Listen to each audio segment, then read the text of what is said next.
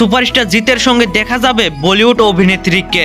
সেই অভিনেত্রীর নাম পূজা চোপড়া। তবে এটি কোনো সিনেমায় নয়, জিতের আপকামিং নেটফ্লিক্স সিরিজ খাকি 2 তে জিতের নায়িকা হিসেবে দেখা যাবে বলিউডের এই নায়িকাকে।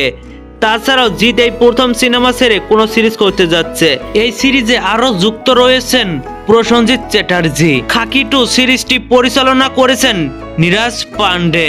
সচরাচর কোনো সুপারস্টারকে সিরিজ করতে দেখা যায় না, কেননা সুপারস্টাররা সাধারণত ফিল্ম করতে কিংবা ফিল্মের শিডিউল দিয়েই ব্যস্ত হয়ে যায়। সিরিজ করার মতো তেমন একটা সময় তাদের হাতে থাকে না। কিন্তু সুপারস্টার জিৎ তারপরেও সিরিজ করছে।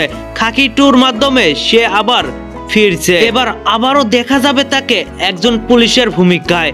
সাথে থাকছেন বলিউডের পূজা চোপড়া। সত্যি ব্যাপারটা ভালো হবে না?